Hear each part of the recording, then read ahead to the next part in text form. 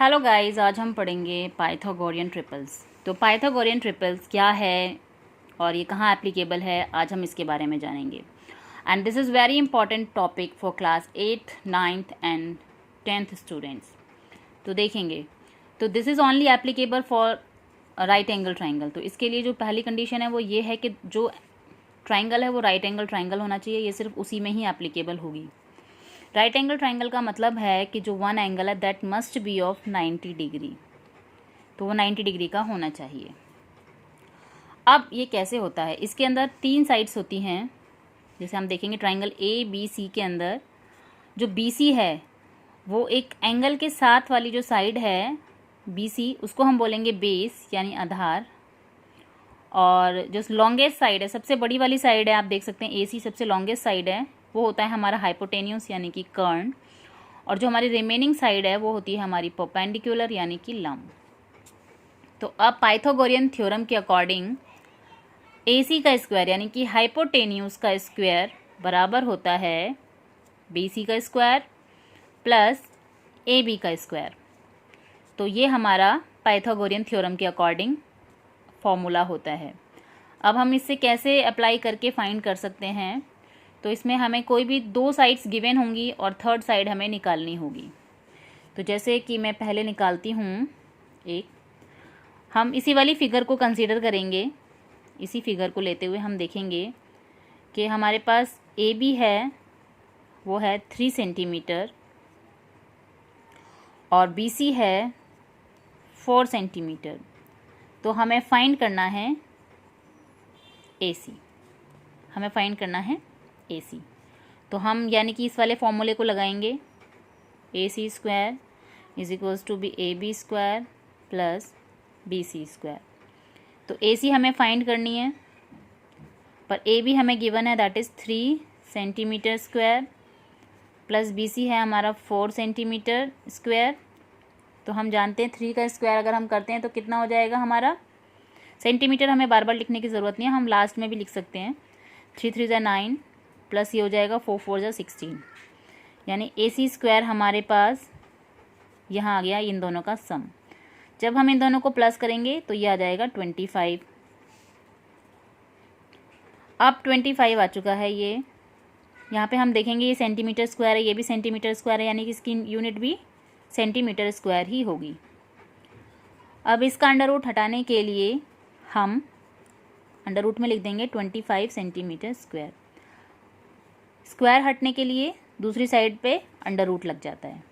Under root हटाने के लिए हमें पता है कि हम उसके पेयर्स बना सकते हैं, उसे हम सॉल्व करेंगे। अब यहाँ पे हम देखेंगे सेंटीमीटर स्क्वायर मतलब सेंटीमीटर को भी हम 2 बार लिख सकते हैं, यानी इधर सेंटीमीटर का भी पेयर बन रहा है और इधर इसका भी पेयर बन रहा है। अंडर रूट से बाहर आ जाएगा तो ये हो जाएगा 5 सेंटीमीटर, पेयर मतलब एक डिजिट बाहर आ जाएगी, एक सिंगल। तो ये हो गया हमारा 5 सेंटीमीटर। AC कितना आ गया 5 सेंटीमीटर। इसी तरीके से हम एक एग्जांपल और ले लेंगे। फिगर हमने सेम ही कंसीडर करनी है, ABC, और इसके अंदर हमने मान लिया कि AB हमारा 7 सेंटीमीटर है, BC हमें निकालना है यानी कि बेस आधार हमें निकालना है, और AC हमारा 25 सेंटीमीटर है।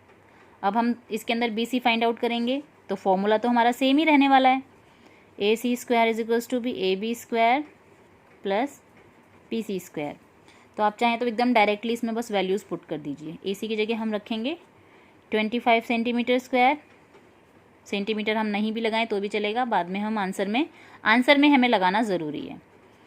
AB में हम लिख सकते हैं 7 स्क्वायर और BC हमें पता नहीं है जो कि हमें फाइंड आउट करनी है। तो 25 का स्क्वायर करेंगे तो वो हो जाएगा 625, 7 का स्क्वायर यानी 7 को 7 से मल्टीप्लाई करना है 49 प्लस BC स्क्वायर। तो अब ये प्लस का 49 इधर जाके माइनस हो जाएगा, तो ये 625 माइनस हो जाएगा 49। तो जब आप इसे माइनस करेंगे तो ये आ जाएगा आपका 576 BC स्क्वायर।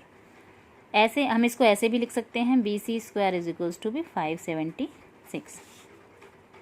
अब इसका स्क्वायर हटाने के लिए हमने वही करना है, इसके ऊपर अंडर रूट लगा देना है। और जब हम इसे सॉल्व करेंगे तो हम इसे देखेंगे कि 576 मतलब ये हो गया हमारे पास में 24 मल्टीप्लाइड बाय 24। जब 24 को 24 से मल्टीप्लाई करेंगे 576 आएगा और फिर ये रूट में से बाहर आ जाएगा 24 सेंटीमीटर। आप ऐसे ही कर लेंगे। और इसके लिए आपको फैक्टर्स के थ्रू एलसीएम निकालना आना चाहिए ताकि आप ये सॉल्व कर सकें, क्योंकि अभी तो डिजिट्स छोटी हैं, आप कर सकते हैं। और डिवीजन मेथड के अकॉर्डिंग आप वो भी निकाल सकते हैं स्क्वायर रूट। मैं एक क्वेश्चन ऐसा ले लेती हूँ जिसमें आप निकाल सकें। मैं आपको सिखाती हूँ उसके अंदर square root by division method. तो इसके अंदर हम ले लेंगे, माना हमने ए बी यानी कि यही हम एक राइट एंगल ट्राइंगल ले लेते हैं ए बी सी, और इसमें हम ए सी को फाइंड आउट करते हैं। ए बी हमारे पास 17 सेंटीमीटर है और बी सी हमारे पास 144 सेंटीमीटर है। तो डिजिट्स थोड़ी बड़ी हो गई हैं, आपको सेम ही मेथड यूज़ करना है। ए बी हमारे पास 17 सेंटीमीटर है और बी सी हमारे पास 144 सेंटीमीटर है। तो हम क्या करेंगे, वही अपना सेम फॉर्मूला लगाएंगे। A C square is equals to B A B square plus B C square. तो हम इसके अंदर करेंगे 17 स्क्वायर प्लस 144 स्क्वायर। तो आप मल्टीप्लाई करेंगे 17 को 17 से तो आपका आएगा 289। ऐसे आप 144 को मल्टीप्लाई करेंगे 144 से तो ये आ जाएगा 20,736 ए सी स्क्वायर। आप इन दोनों को प्लस करेंगे तो आपके पास आएगा 21025 और फिर आप यही करेंगे, इसका स्क्वायर हटा के इसके ऊपर लगाएंगे अंडर रूट। अब इतनी बड़ी संख्या का अंडर रूट आ रहा है तो अब आपको निकालना पड़ेगा। इट मीन्स व्हाट के 144 से तो ये बड़ा ही आएगा। अब इसको सॉल्व करने के लिए आपको अंडर रूट निकालना आना चाहिए। तो हम डिवीजन मेथड से इसका अंडर रूट निकालेंगे। दैट इज़ वेरी इंपॉर्टेंट, आपको ये आना चाहिए। मैं सिखा रही हूँ, आप इसको ध्यान से देखेंगे। हम इसमें पीछे से पेयर बनाते हैं, ठीक है। तो ये हमारे पेयर बन गए हैं। तो सबसे पहले हम लेंगे, इसमें हमें नंबर इस तरीके से लेना है जैसे 1 1 ज़ा 1, 2 2 ज़ा 4। तो अगर मैं यहाँ पे 2 रखूँगी तो मुझे यहाँ पर भी 2 ही लेना पड़ेगा। 2 2 ज़ा 4 जो ज़्यादा हो जाएगा तो मुझे मैं 1 ही लूँगी। 1 1 ज़ा 2। अब मैं देखूँगी यहाँ से तो कुछ बचेगा नहीं, सॉरी 1 1 ज़ा 1, दिस इज़ 1 1 ज़ा 1। तो 1 2 में से 1 गया तो बचेगा 1 और आपको पूरा पेयर एक साथ उतारना है 10। नेक्स्ट स्टेप में आपको सेकेंड स्टेप में क्या करना है, इन दोनों को प्लस कर लेना है। 1 + 1 कितना हो गया 2। अब आप यहाँ पर एक नंबर कोई भी ऐसा रखेंगे जिसको आपने उसी सेम नंबर से मल्टीप्लाई करना है।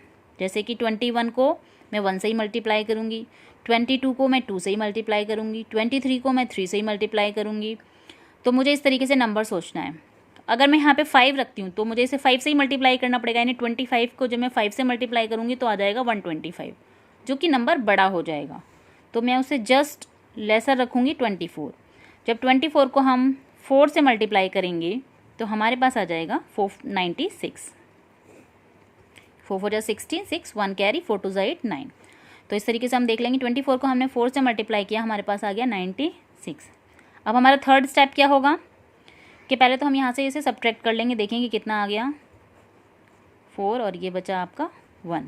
फिर हमने नेक्स्ट स्टेप में इसका पूरा पेयर उतारना है। जब भी हम उतारेंगे पूरा पेयर एक साथ उतारेंगे, हम एक सिंगल नंबर नहीं उतारेंगे।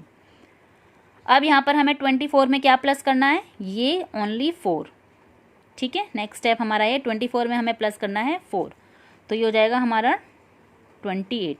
इसी तरीके से हमें यहाँ पर भी एक नंबर रखना है। हम देख के समझ सकते हैं 5 है तो हमें भी यहाँ पर जो लास्ट में अगर हम 5 रखेंगे तभी 5 आएगा। तो हम ट्राई करके देख लेते हैं। जब हम 285 को 5 से मल्टीप्लाई करेंगे तो हमारे पास एग्जैक्ट यही नंबर आ जाएगा 1425। और अब हमारे पास कोई रिमाइंडर नहीं है, it means 145 is it's answer. तो यानी कि ये क्या हो जाएगा, अंडर रूट के अंदर 145 मल्टीप्लाई बाय 145। तो जब आप 145 को 145 से मल्टीप्लाई करेंगे तो यही आएगा। आप आंसर चेक भी कर सकते हैं। तो इसका आंसर आ जाएगा 145 सेंटीमीटर। तो ये आपका बहुत इंपॉर्टेंट मेथड है, आप इसे प्लीज़ इसकी प्रैक्टिस कीजिए।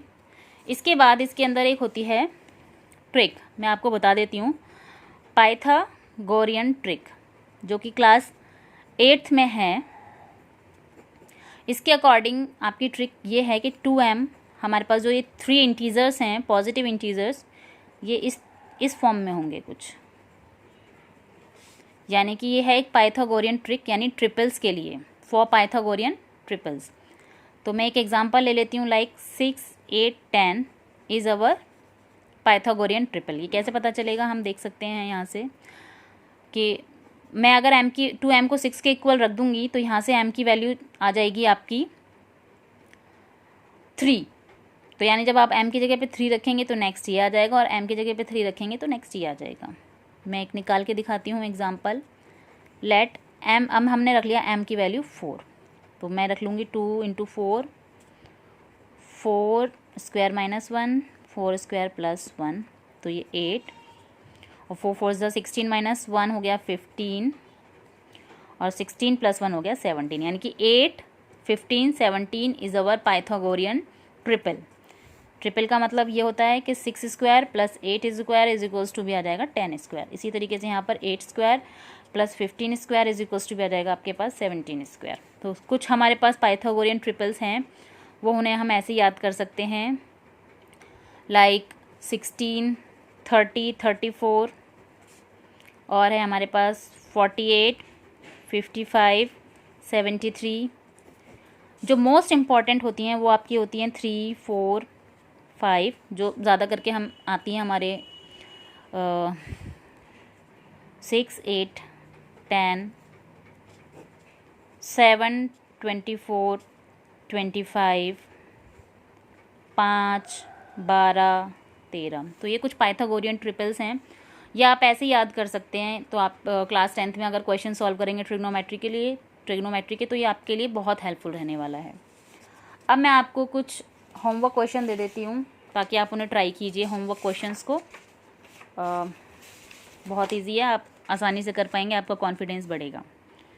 तो ये 2 क्वेश्चन आप होमवर्क के लिए नोट कर सकते हैं, जिसमें पहले क्वेश्चन में आपको कर्ड निकालना है, यानी हाइपोटेन्यूस निकालनी है, और नेक्स्ट जो क्वेश्चन है क्वेश्चन नंबर 2, इसके अंदर आपको परपेंडिकुलर यानी लंब निकालना है। तो आप इन दोनों क्वेश्चंस को ट्राई कीजिए एंड गुड लक।